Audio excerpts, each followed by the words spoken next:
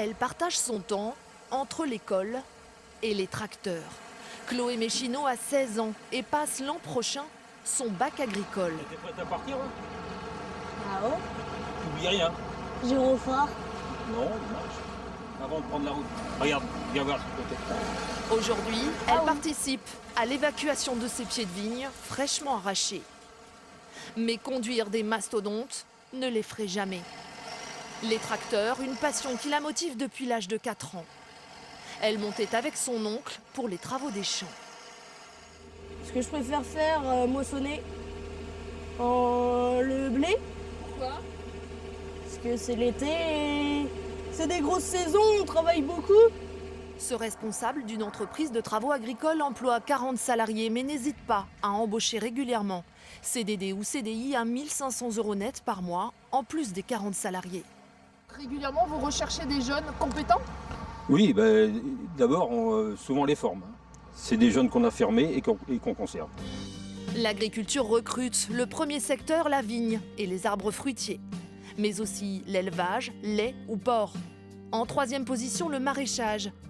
Puis les grandes cultures, comme celle des céréales. Au total, l'an passé, il y a eu plus de 17 800 postes à pourvoir dans le milieu agricole, en dehors des emplois saisonniers.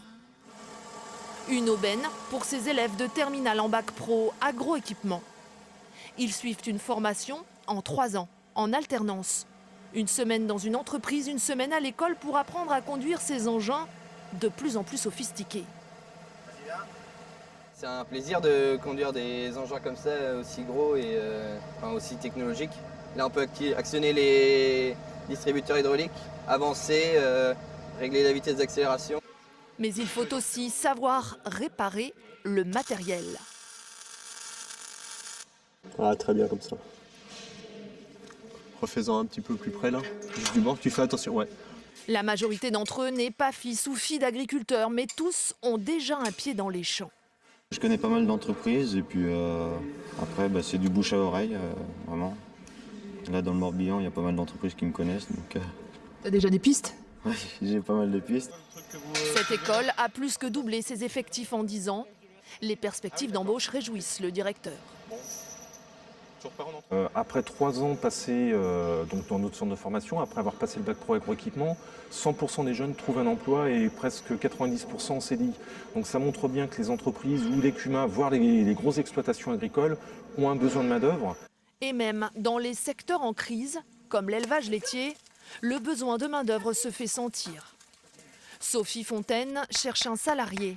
Depuis 3 semaines, Christopher Martin est à l'essai.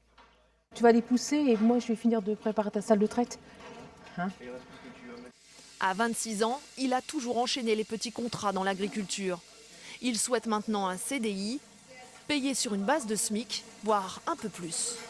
Il y a le 13e mois, il y a des primes sur le lait quand ça va, vu que je participe à la traite. Donc c'est sûr que ça motive, quoi. Enfin, c'est bien. Si je peux rester là jusqu'à ma retraite, je ferai tout pour y rester.